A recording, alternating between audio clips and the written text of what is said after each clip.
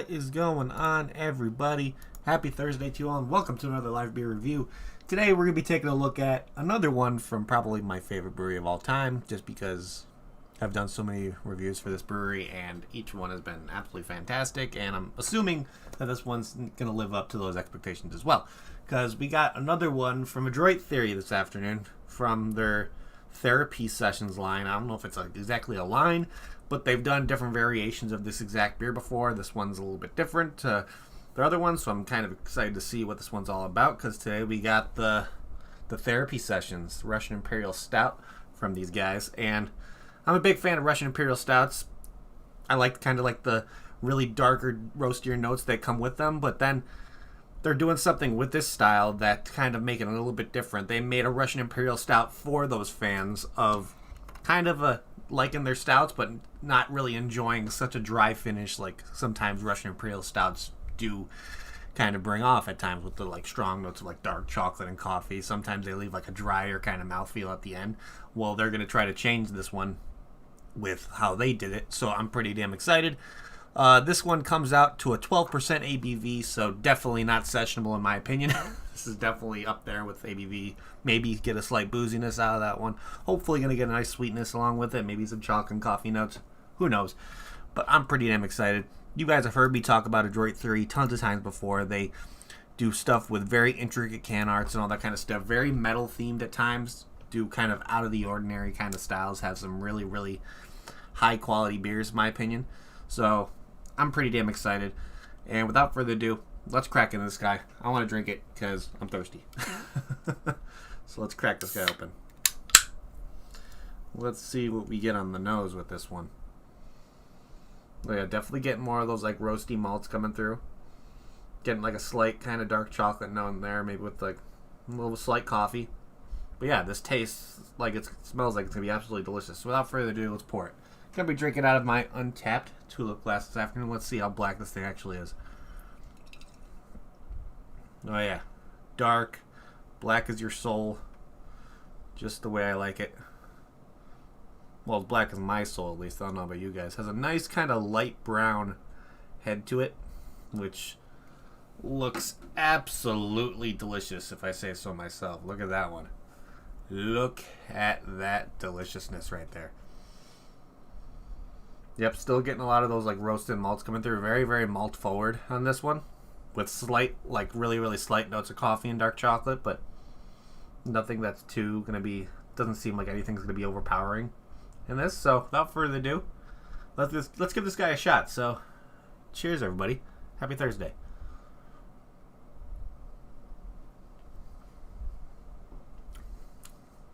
Oh yeah, oh yeah. Very, very malt forward. Holy crap, that's delicious. It's crazy having a Russian Imperial Stout that kind of bringing forth more of those maltier notes. Before we talk about this anymore, we do something over here where we like to check on Untapped here and kind of look at what they consider similar beers to this one. So a couple of these breweries I'm not going to be able to pronounce because the similar beers they have on here are from breweries from overseas and they're in different languages. So we got one here called the Swamp 5 from, I don't know how to say their name, brewery. And then we got one from, was it Umseden Brewery called Cool Beans. And let's see, we got one from Lipsy called Carbon. And then let's see, we got Pravada Beer Theater called Tart Stout. And then another name that I can't pronounce and brewery I can't pronounce. So that's interesting as well. But I'm really interested in this Cool Beans because, okay, so it's an Imperial Stout, definitely. So it's a 4-bean Imperial pastry stout. So I wonder if it's like they added a bunch of notes of coffee in that one. So that might, if you can get Cool Beans from, was it Amundsen Brewery, you might enjoy this one if you can't get a hold of this one from Adroit. So, but before we start talking about little kind of what other people are checking in on this one, let's see what the family did. If any friends or family posted this, because I have some family on Untapped as well. So we got my dad who checked it in, gave it a 4.25 out of 5 when we purchased it off Tavor, and he said a good way to finish off a Friday with another hit from Adroit Theory. Yep, so my dad's always a big fan of Adroit Theory stuff, so I can always trust his opinion with beer because me and him have kind of like similar palates when it comes to how we like our beer. But yeah, this one is very, very malt forward, getting like that the bitter notes coming through at the end, but it's not like a dry mouthfeel kind of bitterness. That's gonna come through. Definitely, really like more of those bitter notes of coffee coming through more than dark chocolate, which is really balancing it out really nice because it kind of takes away that strong malty sweetness that you get up at the beginning. So it kind of just it goes from, I wouldn't say tart, but it's like it goes from sweet to bitter pretty quick, and it's very sudden that it hits you. But it's very, very nice and very, very smooth, and it has a nice, really, really creamy mouthfeel to it as well. So looking here, with 12% ABV and over 1,013 ratings, this one has an average rating of 4.07 out of 5, which is pretty damn good. And before we check into what other people say about this one, let's look at the description. So it's their rebrew of the therapy sessions. So like they rebrew the therapy sessions a little bit differently whenever they do it. I know this is their third rendition of the therapy sessions Russian Imperial Stout. So what they say here is the therapy sessions balances deep roasty notes against an underlying malt sweetness for those who love the aromas of coffee and chocolate but dislike an overly dry finish. So like they said, they're trying to make a beer that people that dislike a very over dry finish of like a Russian Imperial Stout kind of and really enjoy those notes of coffee and chocolate. They're trying to make something that will appease both of those people, which I think they did pretty damn well in this one. Because overall, I don't want to say I'm the biggest fan of... Oh no, this is definitely not... This is definitely not the Throwdown Thursday beer. I'm skipping the Throwdown Thursday thing because I've had a long week at work. And I have the rest of the week off, so I just want to have nice, kind of relaxing, high ABV beer on a Thursday. Plus, it doesn't need to be thrown on Thursday every Thursday. I don't really care. So, we're skipping the thrown on Thursday part of things this week. So, we're not chugging one over here this week, but that's okay. So, let's see what other people had to say about this one. So, this guy checked it in, gave it a 3.75. This guy gave it a 4.5. Purchased it. Where is this one at? Gelberland. I don't know if that's probably somewhere overseas. Let's see. Somebody gave this a 4 out of 5. Another 4 out of 5. Another 4 out of 5. 4 out of 5. Let's see what else we got here. 4, 3.75, 4.25, 4.25, 4.5. Let's see. We got another 4.25 purchased off Tavor, and then we got we got another 4 purchased off beerfreak.org. I wonder what that is. So I wonder if beerfreak.org is probably like an online beer delivery kind of thing from overseas. That's pretty cool. If anybody knows about this website, let me know. I'm kind of curious. So this, another one from beerfreak.org. Another 4 out of 5. Let's see, a 3.5. Another 4. So yeah, a bunch of like average ratings between like a 4, 4.25, and a 3.75. So that's where you can kind of see their average of like closing out to a little bit above a 4 on the average ratings. But overall, yeah, it's a really, really solid. I'm definitely enjoying this one so far. It definitely is a different take on a Russian Imperial Stout that, yeah, I know. Well, you're not going to, you'll be fine, Chris. It's okay. But overall, yeah, absolutely fantastic. Absolutely fantastic. Really, really liking how they changed it up a little bit from your like token kind of Russian Imperial Stout and kind of making their own take on it, which I think they did really, really well. So let's start figuring out what we're going to be doing on this one for ratings here. So let's pour the rest of it into the glass. Let's talk about can art here. Yeah.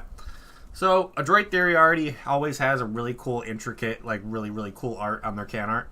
So this one definitely takes the cake on that a little bit more because it has this like weird carnival / creepy clown kind of thing going with it.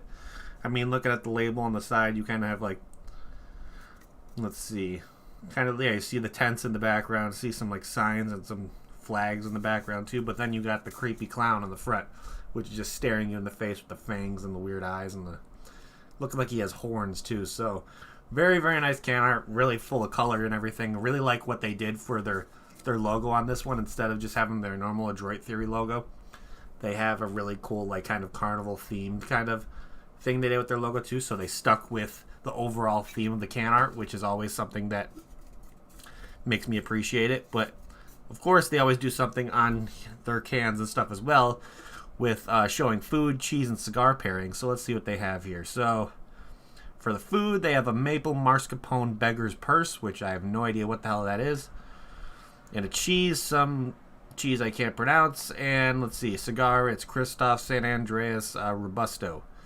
And once in a while, very, very once in a while, I see Adroit Theory add a different kind of pairing for this one, where they add music to this one. So for the music they have Sweet Death by Ecstasy by Midnight, which I've never heard of those guys, so that sounds pretty interesting. So yeah, overall, can art is really, really nice. They took all the opportunity to take up the entire can with all the art and everything on there. So overall, I'm going to give this like an easy 4.75 out of 5 for can art.